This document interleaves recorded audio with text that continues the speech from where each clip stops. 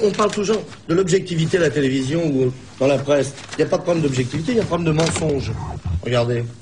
Vous avez ici, si on pouvait approcher une caméra. La une alors. La une, par exemple. Oui.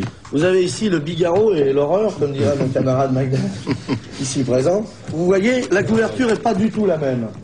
Vous voyez, la couverture n'est pas du tout la même. Mais par contre, dès que vous ouvrez le journal, allez-y, ouvrez le journal. Vous avez le même après. Vous voyez, cette page-là et cette page-là, c'est la même. Vous voyez, et si vous continuez, c'est pareil. Voilà. Vous voyez, moi, je n'invente pas. Je les invente pas, moi, les trucs. Vous voyez, c'est écrit dessus, là. On a deux journaux rigoureusement identiques. Est-ce qu'on voit ça? Hein? Regardez. Vous voyez? Les gens qui achètent Laurent n'achètent pas forcément le Figaro, mais c'est les deux mêmes. Alors, je voudrais pas dire que je revendique le droit de râler contre tout ça, mais j'ai l'impression quand même qu'on est un peu cerné. Qu'est-ce que vous en dites? On n'est pas cerné, vous? Franchement. Vous avez déclaré sur TF1, j'en ai assez de cette chasse aux complotistes qui stigmatise les Français qui ont le droit d'avoir des doutes. Oui, c'est le principe même des doutes. C'est le principe même du doute. Vous savez, Attends, excusez-moi. On ne va pas parler de la philosophie du doute, mais de quoi vous doutez-vous, François Asselineau? Eh bien, par exemple, de l'affaire syrienne. Là, on nous annonce d'un seul coup que Bachar el-Assad aurait gazé des enfants. Et vous n'y croyez pas? Eh bien, moi, je dis que nous n'en savons rien. Je dis que l'expérience antérieure nous donne... Nous savons, le chat est chaud des crin l'eau froide. Regardez ce qui s'est passé avec l'affaire des armes de destruction massive qui étaient prétendues être de Saddam Hussein. C'est pas de l'eau froide, là, c'est pas très... Non, oui, mais attendez... Il y avait des armes de destruction massive chez Saddam Hussein ou pas? Non, mais attendez, en 2003, je suis désolé. Il y a des armes chimiques chez Saddam Hussein ou pas? Eh bien, écoutez, chez Bachar el-Assad. Moi, ce que je sais chez Bachar el-Assad, c'est qu'il y a eu l'affaire de la Ghouta, le massacre de la Ghouta en août 2013. Oui. Eh bien, le rapport très récent, 4 ans après, du MIT, c'est-à-dire l'institution la plus prestigieuse des États-Unis, a conclu que très probablement, en fait, ça venait des zones rebelles.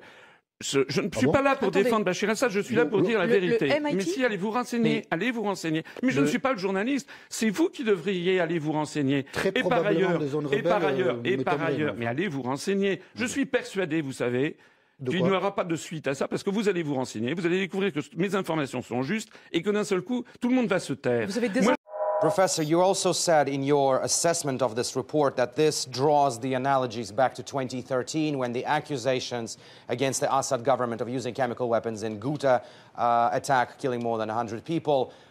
You were actually investigating 2013 incident as well and came to conclusion that the U.S. intelligence may have been wrong there again. Can you specify what kind of analogies that we're dealing with here? I think this is an indication that there is something extremely problematic in the American national system with regard to the use of intelligence. This particular report is in some ways exactly parallel to the report that occurred in the Obama administration. Factual claims that could not be true. Let me give you an example. They claimed that the American infrared satellites saw the launch and impact of the sarin munitions that were used in that attack.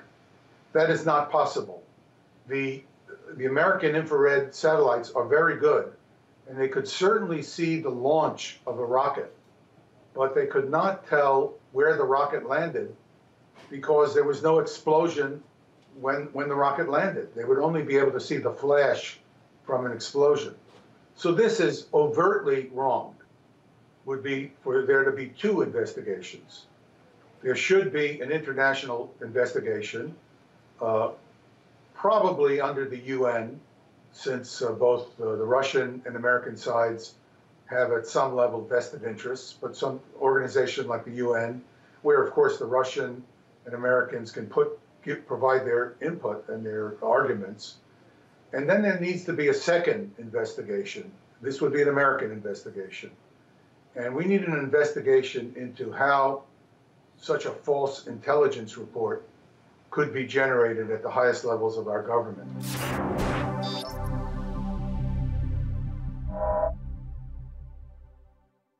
Je informations selon lesquelles Bachar el-Assad n'aurait pas utilisé d'armes chimiques. Vous dites clairement c'est faux. Je ne dis pas que c'est faux, je dis et vous avez des informations sûres comme quoi c'est lui? J'entends ce que dit la communauté internationale. Non, c'est pas la communauté internationale. Ce sont les États-Unis d'Amérique plus un certain nombre de médias occidentaux. La communauté internationale, c'est 195 pays du monde aux Nations Unies, et derrière il y a la Russie, la Chine et 140 pays du monde qui ne sont pas d'accord. Enfin, comment ça se je passe? Ne dis pas que les médias mentent, je dis qu'en l'espèce, les États-Unis d'Amérique, M. Trump a envoyé des missiles sur la Syrie, il n'en a pas le droit au regard du droit international. Il n'y a pas d'État qui a le droit de se faire justice soi-même. Sinon, c'est la loi de la jungle. Et il n'y a pas d'État qui a le droit de tuer toute une partie de son peuple. C'est exact, mais ça, il faut encore le prouver. Vous pensez que les massacres en Syrie... Mais encore une fois, en 2003... Non. Mais moi, je parle... Là, on parle de la Syrie. Oui, mais moi, je parle de 2003. Des 200, 300, 400 000 personnes qui sont mortes. Moi, je parle de 2003. Mais pas de la Syrie. Je parle de 2003. Rappelez-vous, Jacques Chirac... C'était il y a 15 ans. Mais je peux parler ou pas? Sinon, bien sûr. Bien sûr. Le gouvernement américain était-il informé des attentats? Les a-t-il même orchestrés ainsi que certains l'avancent? Une terrible accusation, mais qui n'est pas inenvisageable. Les militaires américains ont eux-mêmes suscité cette méfiance. En 1962, ils soumettent un plan machiavélique au président des États-Unis, John Fitzgerald Kennedy. L'opération Northwoods prévoyait entre autres des attaques terroristes sur Washington et sur le trafic aérien civil. Fidel Castro devait ensuite être tenu responsable de ces attentats. Kennedy a refusé. Russia Today et Sputnik ont été des organes d'influence durant cette campagne. Il a suffi d'une phrase et RT France est devenu la cible.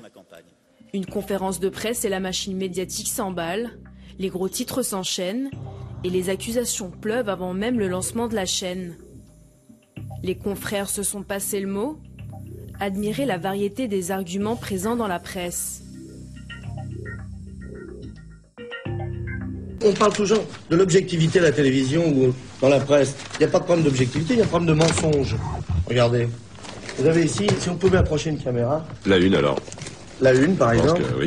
Vous avez ici le Figaro et l'horreur, comme dirait mon camarade Magda, ici présent. Vous voyez, la couverture n'est pas du tout la même. Vous voyez, la couverture n'est pas du tout la même. Mais par contre, dès que vous ouvrez le journal, allez-y, ouvrez le journal. Vous avez le même après. Vous voyez, cette page-là et cette page-là, c'est la même. Vous voyez, et si vous continuez, c'est pareil. Voilà. Vous voyez, moi, je ne l'invente pas. Je les invente pas, moi, les trucs. Vous voyez, c'est écrit dessus, là. On a deux journaux rigoureusement identiques. Est-ce qu'on voit ça? Hein? Regardez. Vous voyez? Les gens qui achètent Laurent n'achètent pas forcément le Figaro, mais c'est les deux mêmes. Alors, je voudrais pas dire que je revendique le droit de râler contre tout ça, mais j'ai l'impression quand même qu'on est un peu cerné. Qu'est-ce que vous en dites? On n'est pas cerné, vous? Franchement.